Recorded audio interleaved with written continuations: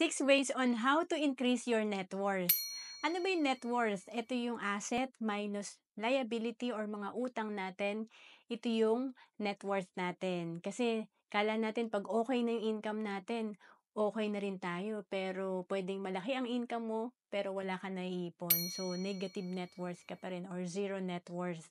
And ang unang step natin, of course, is invest your money. So, syempre, importante may mga investment tayo sa real estate, mutual funds, stocks, and i-diversify natin yung ating mga investment.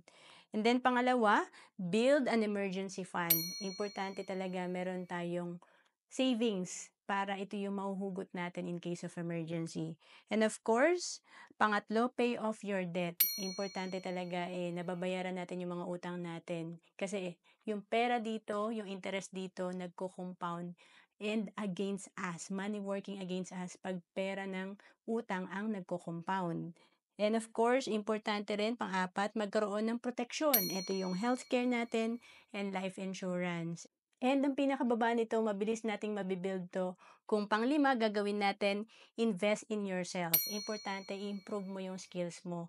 Para yung pang-anim, magagawa mo yung increased cash flow. Mas mabilis tayo makakapag-ipon at makakapag-invest. Marami tayong malalagay sa mga investment. Makakabayad tayo na mabilis ng utang kung okay ang cash flow natin. Maganda ang income natin. May multiple sources of income tayo. To know more about savings and investment, message mo lang sa FB, Ro Ancelis Capistrano.